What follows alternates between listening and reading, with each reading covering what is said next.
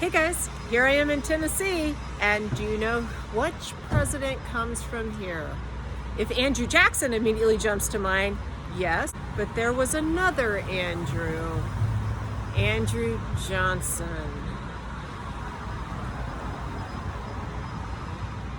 If you got from my expression that Andrew Johnson is not my favorite president, you are not wrong. He is not. But we need to try and put him into the context of his day and understand who he was, just like we would anyone else. He was born in North Carolina in the early 1800s. His family was poor.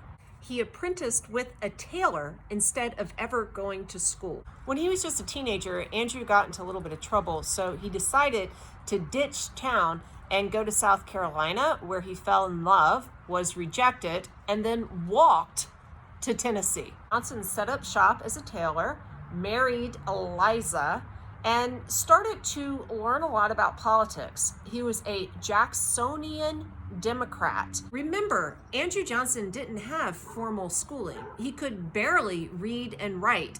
At one point, he hired a man to come into his shop and read aloud while Johnson was working, sewing, so that he could learn.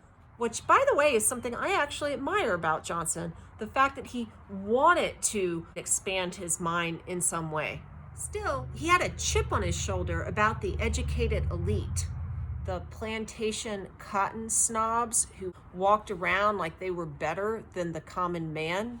This disdain did not extend to Andrew Jackson, because while Andrew Jackson was at the top of the economic Southern elite, he had worked his way up from the bottom, and he was the champion of the common man. Johnson was good at his trade, so he had a lot of business, and he would hold court at his little shop where he would give speeches and talk about what was important to the average guy. People began to really like him a lot. As he climbed the ladder of success, he eventually bought some slaves, because that's what you did in a slave society to show that you were successful. But he was never a large slave owner. And again, you need to understand that he despised the big slave owners. He saw them as lazy and part of the 1%, and just people who were controlling the society in a way that made it very difficult for anyone on the bottom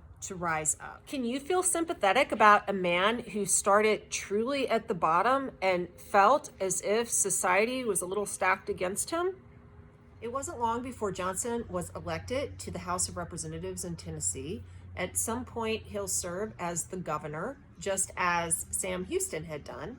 He will eventually become a senator. Then things in the country go all kinds of wonky in the 1850s as the South moves closer and closer to secession. Now, Johnson was from eastern Tennessee, which had some different interest from middle Tennessee and western Tennessee. The East was more mountainous, so slavery was not as woven into the economy in the East. For instance, Andrew Johnson had slaves, but they were status symbols. I hate to think about people that way, but you need to try and understand the culture of the antebellum era if you're going to be able to grasp how these people were thinking. Andrew Johnson never had more than 10 slaves, and they were never critical to how he made his living. This means that the slavery question is not as important to him when we're talking about secession. Andrew Johnson cared about questions of democracy. He cared about the regular guy having a voice, the common man being able to, in some way, shape his government. Johnson would have remembered the nullification crisis, in which Andrew Jackson looked at South Carolina and said, "Y'all need to step back and calm down." Andrew Johnson was not a secessionist. Andrew Johnson was a unionist. Andrew Johnson thought the country should stay together against a whole bunch of his constituents' wishes. Of course, Tennessee did secede from the Union in July of 1861, and some of the most bitter, horrible fighting of the war will take place in this state. Battles like Shiloh, for example, where Albert Sidney Johnston, a hero from the Texas Revolution, will die. Just as a side note, when Albert Sidney Johnston bled to death, he was shot in the leg and his boot filled up with blood, and no one wrapped his leg with a tourniquet, which was a bad move, and he bled out essentially. It was considered a giant blow to the Confederacy because he was thought to be a very gifted general. He ended up being buried eventually in Austin, Texas. He was first laid to rest somewhere else, but the Lone Star State wanted to bring him home because he had played such a giant role in their own independence movement. What do you do with guys like Albert Sidney Johnston, who are so closely tied to the Texas Revolution that many Texans are extremely proud of, and yet also fought for the Confederacy? He had a statue at the University of Texas in Austin, which was removed along with several other statues in 2017. I must admit, when this happened, I wondered how many UT students really knew who Albert Sidney Johnston was. But he is not the subject of this video. So I guess I need to get to the story about why I dislike Andrew Johnson, who was not a Confederate and never seceded from the Union, and yet was a horrible president. I don't want to get too deep in the historical weeds because it can be a little confusing, but essentially what you need to know is that when Abraham Lincoln faced a re-election, he had to run against a general that he had fired named George McClellan.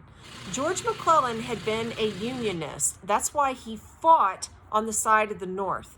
But George McClellan did not care at all about slaves. He thought that shifting the aim of the Union to ending slavery forever was a bad move, and that many people in the North really didn't want to do that.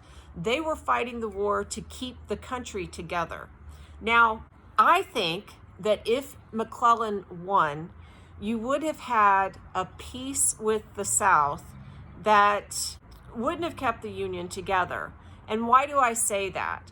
Well, McClellan was a Unionist, but he had on his ticket a guy who was a Copperhead, which was a peace Democrat, who didn't care about the South seceding. Peace Democrats just wanted peace. The way that McClellan said he would get peace is that he would just let the South have their slaves. But you know what? Lincoln had said the South could have their slaves. Check this. The war was about slavery. The South wanted to protect slavery. Slavery and white supremacy were the cornerstone of the Confederacy. But it wasn't just about that. And in the beginning, it certainly wasn't about that, even while it was about that.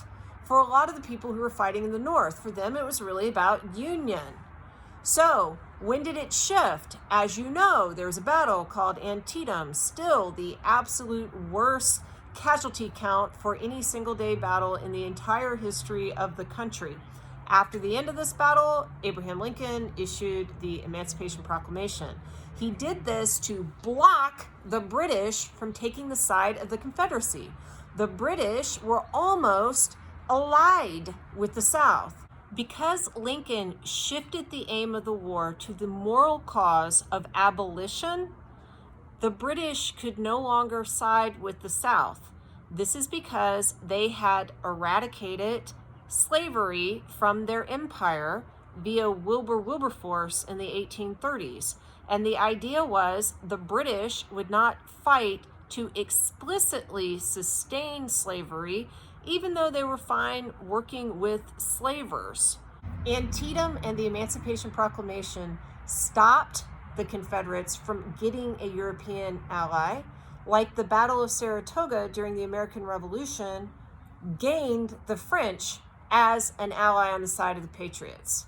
You see how these battles are pivotal, just in reverse? Now imagine you've got a newly elected President McClellan telling the South they can keep their slaves. Can't the British then come back in and ally with the Confederates, who have lost a kill a lot of people at that point and have a whole country that really doesn't want to surrender in any way. So the context was, if McClellan beat Lincoln in the 1864 election, the North would have most likely let the South go. Lincoln understood this. So what he did was he changed who his vice president was, and he created something called not the Republican ticket, but the National Union ticket. Lincoln's goal here was to de-emphasize the slavery issue and re-emphasize the Union issue. Andrew Johnson would replace Hannibal Hamlin. Andrew Johnson was a Southern Democrat Unionist who didn't give a jack doodle about slaves. Hannibal Hamlin had been an abolitionist. Lincoln and Johnson won. Now we get to the part where I get to tell you all the bad things about Andrew Johnson. When he was being sworn in as vice president, Andrew Johnson was so drunk on medicinal alcohol that he gave this impassioned, rambling rant in front of everyone that was so embarrassing that Hannibal Hamlin, the replaced VP, had to pull him down in his seat by his coattails. Ultimately, that's really just kind of a funny story. The reason that I dislike Andrew Johnson is because of what he does when he becomes president of the United States. This happens because Abraham Lincoln is murdered while at Ford's Theater with his wife, watching a play and celebrating the end of the war. Let me say, I have no idea how Reconstruction would have gone if Lincoln had remained president, but I've got to tell you that I think that he was more concerned about natural rights than Andrew Johnson was. Yeah, I would be dishonest if I said that Abraham Lincoln had views about race that you and I would find completely enlightened. He didn't.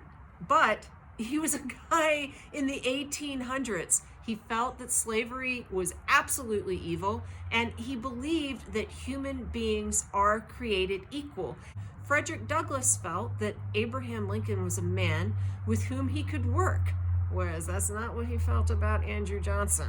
There was a faction of the Republicans who were in power called the Radical Republicans, who were straight up abolitionists. I'd probably be remiss if I didn't mention the OG of the Republicans, their first nominee for president in 1856. John C. Fremont was a general during the Civil War, and he emancipated all the slaves in Missouri without Abraham Lincoln's permission before the Emancipation Proclamation was ever issued. Thereby, it should almost go without saying that a lot of Republicans cared about civil rights.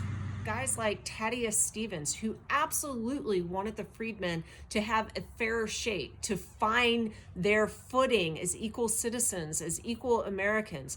And Andrew Johnson is going to squash that every chance he gets. He's going to be no, no, no, no, no. The relationship between Congress and the president becomes so embittered that Andrew Johnson will actually be the first president ever impeached in U.S. history, though he will not be removed from office. He'll be saved by one vote in the trial in the Senate because, to be fair, he was being impeached for political reasons, for something that was more of a technicality than anything else, because the Congress absolutely hated him. The bottom line is that Andrew Johnson had a very narrow perspective on what was good for the country. He was a unionist, which should be lauded, but he did not care at all about freed Black Americans and how they would make their way into the future. He was not a good leader to try to stitch back together a bleeding, broken country. And unfortunately, I think some of his actions led to deep wounds in the body politic that still are there if you just run your fingers along the scars. This is absolutely not a minority opinion. So imagine my surprise as I was walking along one day and I looked up and I saw the Andrew Johnson building, named in honor of Andrew Johnson.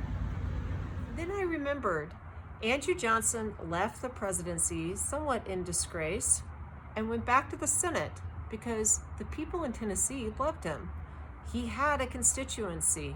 And while I don't like the man, there are things about him that even I can admire, though I have to do it in isolation because Doc, Andy Johnson.